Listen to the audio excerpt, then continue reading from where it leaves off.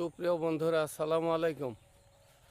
আমি এখন সেই আমাদের ভৈরব নদীর ধারে দেখতে আসলাম যে ভৈরব নদীর অবস্থা কী এবং কেউ মাছ টাছ ধরছে কিনা। তো এসে দেখছি এই যে আমার এক জিএম ভাই, নামই হচ্ছে জিএম। আবার কেউ ভাববেন না যে হয়তো জেনারেল ম্যানেজার, আসলে কিন্তু জেনারেল ম্যানেজার না, ওর নামই হচ্ছে জিএম। মাছ ধরা খুব শখ, মাছ হোক আর না হোক নদীতে ছিপ নিয়ে দেখেন বসে আছে। হয়তো সন্ধ্যা পর্যন্ত ধরলে এক আধ পোয়া পুঁটি মাছ পেতে পারে, কিন্তু সবসময়তে মাছ ধরা খুব নেশা। তাই নদীর ঘাটে বিকালবেলা এসে বসেছে, সময়টাও কাটবে, মাছও যদি কিছু হয় আশায় সংসার আশা নিয়ে এসে বসে আছে।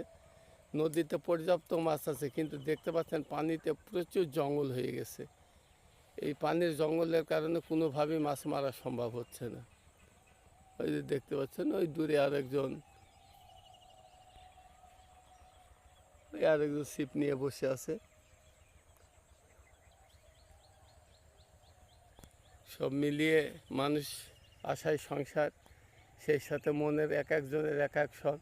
কারো মাছ মারা শখ, কারো মাছ কিনা শখ, কেউ বিকেলে নদীর ধারে বসে থাকা শখ। শখের মানুষের অন্ত নেই। তাই হয়তো এই জিএম ভাই ছিপ নিয়ে এসে বসে আছে, সময়ও কাটুক, মাছ দুটো একটা হলে যাই হয় হোক, চেষ্টা চালিয়ে যাচ্ছে। আপনাদেরও যদি মাছ ধরার শখ থাকে আমাদের কাথলি ভৈরব নদী চলে আসুন। ধন্যবাদ সবাইকে, ভালো থাকুন, সুস্থ থাকুন এই প্রত্যাশায় আমি বুলু দাদু।